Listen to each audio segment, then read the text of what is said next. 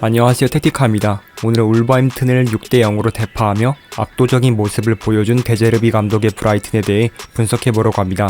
오늘은 그라운드 빅풋을 활용해 시즌 데이터들도 함께 가져왔으니 많이 참고해주시면 감사하겠습니다.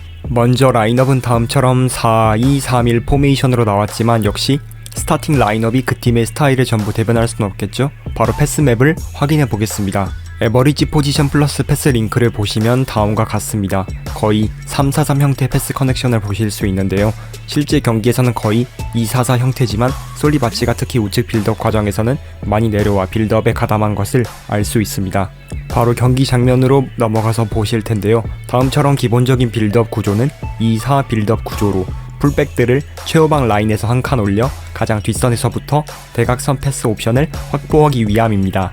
여기에 2-4 라인과 그 윗선의 간격을 벌려 상대 수비를 우리 팀 진영으로 유인하고 운다브라는 등지고 내려오는 선수를 핵심적인 패스 거점으로 활용하려고 했죠. 그렇게 해서 미들서드 지역으로 전진했을 때 풀백이 좀 더 좁혀 이번에는 윙어에게 가는 대각선 패스 옵션을 확보하는 것을 볼 수 있습니다. 후스코드에서 정리한 이번 경기 브라이튼의 플레이 스타일을 요약해보면 중앙으로 공격 전개를 자주 했고 오픈 플레이 상황에서 높은 빈도의 슈팅을 가져갔고 짧은 패스를 전진하는 데 많이 섞었고 중간중간 침투한 선수에게 찌르는 스루볼도 자주 활용했음을 알 수 있죠. 그래서 결과를 보시면 그 특징의 결과를 볼 수 있는데요. 특히 슈팅의 분포도가 박스 안에서 압도적으로 많은 것을 볼 수 있고 공격 지역에서 점유율인 필드 틸트 데이터도 울버햄튼에 비해 당연히 앞서 있습니다.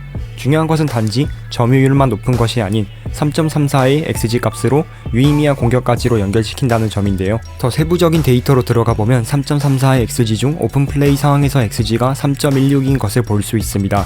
즉, 데제르비의 브라이튼은 세트피스 상황보다 볼이 계속 돌아가고 있는 오픈 플레이 상황에서 상대를 무너뜨리는 방법론에 대한 명확한 플랜을 갖추고 있는 팀이라 볼 수 있었죠. 이어서 경기 장면을 보시면 다음처럼 특히 펠트만이 자주 안쪽으로 좁히고 패스맵에서도 볼 수 있듯 웰백이 자주 센터서클 아래로 내려와 패스 거점을 만들면서 좌, 중앙, 우로의 모든 패스 채널을 확보하는 것을 볼 수 있습니다.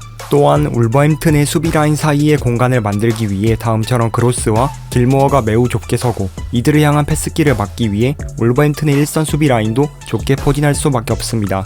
그렇게 되면 자연스레 웰백과 운다브에게 전진 패스로 전개할 수 있는 루트가 열리는 것을 볼 수 있죠. 즉 상당히 좋은 데이터 수치가 나온다는 것은 그 안에 이런 세부 과정들이 있기 때문입니다. 경기 모멘텀 데이터를 보시면 데제르비의 브라이튼은 전반, 후반 가리지 않고 기회를 계속해서 만들어내는 모습을 볼 수 있는데요. 이는 단지 한두 경기에서 그런 것이 아닙니다. 데제르비 감독 부임 이후 직전 경기까지 득점 분포도를 보면 전반 시작부터 후반 끝날 때까지 정말 다양하게 분포되어 있고 전후반 각각 23개, 24개로 정말 고른 분포도를 볼 수 있습니다. 즉, 데제르비의 축구 스타일은 후반이 된다고 해서 갑자기 확 달라지기보다 일관성을 유지한다는 큰 장점이 있습니다. 특히나 시퀀스 스타일을 보면 포터 감독 시절 때보다 롱볼 패스는 줄어들고 시퀀스당 평균 패스 수는 늘었으며 속도는 너무 빨리 가져가지 않고 적절한 템포를 유지하며 시퀀스당 9번 이상의 패스를 한 시퀀스의 개수가 경기당 무려 11.42로 는 것을 알 수 있습니다.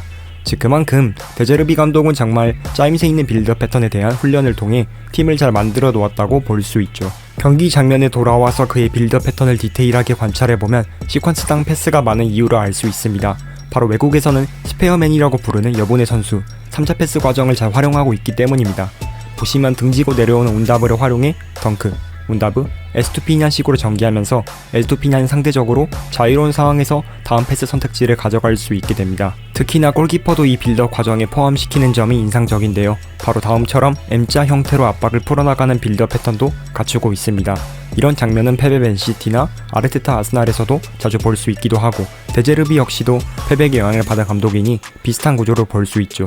이렇게 되면 결과적으로 펠트만이 자유로운 프리맨이 될 수 있고 울버햄튼의 압박을 벗겨낼 수 있습니다. 데제르비 감독 부임 이후 프리미어리그 전체 팀을 놓고 비교해봐도 템포는 적당하게 유지하면서 시퀀스당 평균 패스 수가 아스날보다도 앞선 맨시티 바로 아래에 있는 티어에 위치하는 것을 볼 수 있습니다. 하지만 단지 이런 3자 패스 과정이 후방 지역에서 집중적으로 일어나서 후방 빌드업만이 단단해서가 아닙니다. 중앙 지역에 올라가서도 득점을 하는 과정에서도 그의 철학은 유지됩니다. 덩크, 등지고 내려온 웰백, 펠트만, 침투하는 운다브식으로 전개하면서 울브스의 수비를 센터서클로 끌어들이고 생긴 빈 공간을 이용하기도 하고 첫 번째 득점 장면인 마치 펠트만, 웰백의 힐패스, 운다브의 득점까지 이어지는 과정에서도 이런 점차적인 과정을 볼 수 있죠. 특히나 이 과정에서 하프스페이스를 잘 활용한 것을 확인해 보실 수 있는데 다음처럼 직접적으로 박스 혹은 박스 바로 아래 지역인 존 14로 향하는 하프스페이스 전진 패스가 포진해 있음을 알 수 있습니다. 또한 데제르비 빌드업 패턴의 가장 큰 특징은 상대 수비에 대한 유인이라는 것입니다. 어느 지역에서든 상대 수비 라인 한 개를 빌드업 진행 지역으로 유인시켜 뒷공간을 확보하고 그 공간을 활용하는 데 있어 다양한 방법론을 제공하죠. 이러한 데제르비 브라이튼의 결과는 탑티어의 경기 지배력으로 드러납니다. 경기 지배력 데이터는 평균 점유율과 평균 파이널 서드 점유율을 기준으로 나타내 보았는데요. 확실히 상위권에 있는 맨시티와 아스날, 이번 시즌의 후방에서 시작되는 빌드업부터 짜임새 있는 축구를 잘하는 팀이죠. 이처럼 데제르비의 브라이튼의 전술도 단지 허울만 좋은 전술이 아닌 결과를 내는 전술임을 파악해 볼 수 있습니다. 그래서 포터 감독 시절의 브라이튼과 데제르비 감독의 브라이튼을 비교해보면 패스맵에서부터 필드의 공간을 더 넓게 활용하고 특히 측면에 위치한 선수들이 그 폭을 확보하는 것을 볼 수 있습니다.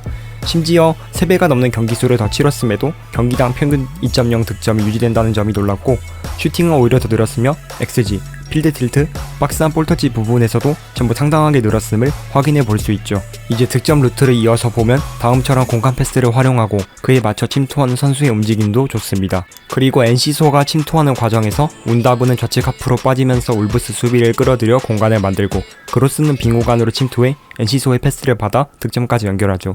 즉 패스를 주는 선수, 패스를 받는 움직임, 상대 수비를 끌어내는 움직임까지 모든 과정에 대한 연습이 철저히 되어 있어야 나올 수 있는 패턴들입니다. 그 다음 득점 루트에서 NC소가 안쪽으로 들어오는 과정에서 울브스 선수의 시선이 끌리게 되고 다시 올라온 크로스가 자유로워지고 득점까지 연결하고 다음처럼 데니 웰백이 득점하는 과정에서도 박스 안에 4명 이상의 선수 포진, 그 아래 지역에서도 펠트만이 안쪽으로 좁혀 총 3명의 선수가 뒤에 라인을 형성하며 설령 득점을 하지 못하고 볼이 밖으로 나오더라도 그 다음 찬스에 대한 준비가 되어 있죠. 에스투피냔을 활용한 공격 패턴이 인상적이기에 공격 진행 방향이나 전체적인 필드 점유 부분에서 좌측의 영향력이 큰 것을 볼 수 있고 파이널 서드 쪽 패스, 전진 패스의 비율에서 펠트만과 마치, 크로스와 마치 커넥션이 많은 것에서 확실히 다양한 멀티 포지션을 소화할 수 있는 선수들 간의 패스 커넥션이 잘 짜여있는 것을 볼 수 있죠. 그렇게 솔리 마치는 데제르비 감독 부임 이후 55번의 찬스 크리에이팅 중 6번의 어시스트를 기록하며 데제르비의 볼의 핵심 선수 중 한 명으로 자리 잡았습니다. 자, 이제 수비 과정으로 넘어가 보겠습니다. 수비 과정에서는 다음처럼 전방에서는 울버햄튼의 빌드업 진행 방향을 제한하기 위해 전방 4명의 압박 라인이 1차로 저지하고 피보트 중 1명이 전진해 다음처럼 2차 저지선을 형성합니다. 그렇다고 무리하게 전방 압박 과정을 실행하는 것이 아닌 한 번 실패하면 바로 재정비 과정을 거치고 다음처럼 진행 방향을 따라 4-4-2 대형 전체가 이동하죠. 그래서 어떻게 보면 데제르비 감독 부임 이후 브라이튼은 수비 액션에서의 수치값이 다른 팀들에 비해 그렇게 높지 않습니다. 하지만 이것이 그만큼 효율적인 축구를 하고 있다는 증거기도 하죠. 밑에 아스날, 맨시티도 결국 더 많은 시간을 볼을 소유하기 때문에 상대적으로 수비 데이터가 적을 수밖에 없고요. 반대로 데제르비 감독 부임 이후 브라이튼의 PPDA 데이터는 가장 최상단에 위치한 1등인 것을 볼 수 있는데요. 이 PPDA는 수비 액션당 허용한 상대의 패스 수치를 나타낸 데이터로 분자에 허용한 패스가 들어가기 때문에 당연히 PPDA 값은 작을수록 효율적으로 수비를 잘했다는 것을 나타낼 것입니다. 즉, 데제르비 브라이튼은 짜임새 있는 축구를 진행하다가도 볼을 잃었을 때 확실한 수비 과정으로 다시 소유권을 가져오는 팀임을 알 수 있죠. 다음처럼 미들서드를 넘어가는 패스에 대해서 그쪽 방향 피보테와 측면 윙어가 좁혀 패스 루트를 제한하고 이 라인을 넘기는 패스에 대해서는 다음처럼 풀백이 전진해 압박을 시도해 사각에서 좁히는 형태의 수비 과정에 들어갑니다. 또한 피로시에는 다음처럼 윙어들이 자주 수비 과정에 가담해 6-4-1의 수비 라인을 만들기도 하고 4-4-2 수비 과정에서 다음처럼 상대팀의 빌더 코어를 방해하기 위해 그쪽 방향의 피보테가 나가 압박을 가합니다. 이처럼 경기 지배력에 있어서 수비 과정에서도 좋은 모습을 보여주는 데제르비의 브라이튼의 성적이 좋은 것은 당연할 것입니다. 이제 FM에서 제가 만든 전술 패턴을 볼 텐데요. 당연히 어빌리티 부분에서 차이가 확실히 있고 게임상 한계 때문에 완벽한 구현은 불가능하기에 제가 중요하다 생각한 특징들을 구현했습니다. 포메이션은 비대칭 4-2-3-1의 구조고 지배형의 성향을 택했습니다. 길모어와 크로스는 모두 수비형 미들에 위치한 역할 부여인데요. 이유는 2-4 빌드업 과정에서 이들이 밑지역에서 빌드업을 구축해 상대 수비 라인을 유인해야 하기 때문입니다. 공 소유 시 폭은 조금 넓게 왼쪽 측면을 활용하게 해주어 실축 느낌 부여, 수비 진영 빌드업, 짧은 패스를 좀 섞어야 하기에 게이지 한 칸 내려주고 전환 시에는 재정비 역습을 통해 효율적인 수비 과정 역습 과정을, 골키퍼는 페이스는 조절하되 길게 차서 라인을 스킵하는 패스를 할 수 있도록 합니다. 소유권 없을 때는 압박 게이지 최대, 압박 기준선만 한 칸 올려 실축 해설 과정을 실행해주죠. 이제 개인 지침을 보실까요? 키퍼에게는 스위퍼 키퍼 지원 정도만 주고 센터백도 상대 라인을 유인하기 위해 아주 넓게 퍼지지는 않으므로 일반 중앙 수비에 아무 지침도 줄 필요가 없습니다. 에스투피니안에게는 완성형 윙백 공으로 거의 윙어처럼 올라가게 해주고 위험 감수, 자주 크로스를 통해 크로스를 자주 묻히는 패턴을 만들어주죠. 펠트만에게는 인버 윙백지만 주고 따로 지침은 없습니다. 안쪽으로 들어와 때로 중앙 라인을 구성해야 하기 때문입니다. 그로스에게는 레지스타 역할을 주고 앞으로 전진하라를 넣어 때때로 전진하도록 해주고 중앙에 배치시킨 이유는 의도적으로 우측에 한 칸을 비워 펠트만이 들어올 수 있는 자리를 확보하기 위함입니다. 길모에게는 로밍풀을 주어 전방위적으로 빌드업에 가담하도록 해주고 개인 지침은 따로 없습니다. 마치는 앞선 패스멜 과정처럼 일부러 한 칸 내려 윙어를 주었고 공격 역할을 통해 위로 자주 공격적으로 올라가도록 해줍니다. 개인 지침엔 적게 슈팅 정도만 넣어줍니다. 운다브는 특히 좌측 하프에서 내려와 등지고 빌드업에 가담함으로 점플매 지원 역할에 공격 템포 조절을 넣어주어 그 과정을 만들어주죠.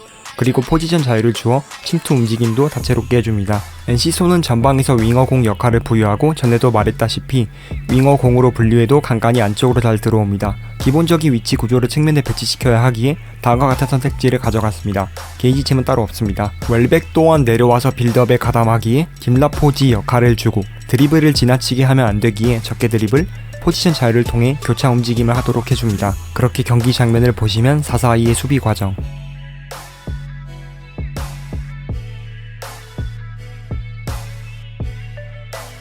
운다브의 패스 거점 모습,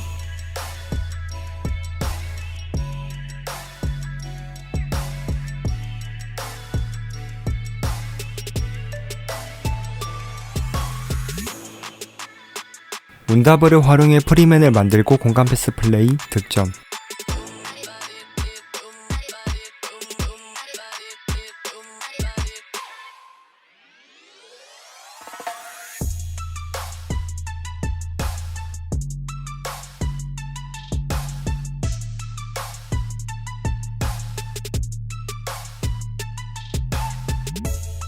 운다브 거점을 활용한 템포 살리기,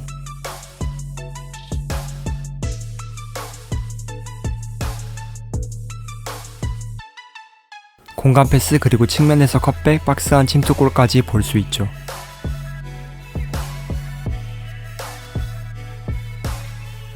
패스 맵을 봐도 실축과 비슷한 패턴, 에버리지 포지션에서도 그 과정을 파악할 수 있고 좌측을 많이 활용하는 공격 진행이 잘 된 것을 볼 수 있습니다. 네, 이렇게 데제르비 브라이튼의 전술에 대한 경기 데이터, 시즌 데이터를 통한 심층 분석, 게임 내 전술까지 만들어 봤습니다. 데제르비 감독이 앞으로 얼마나 더 발전할지 기대가 됩니다. 시청해주셔서 감사합니다.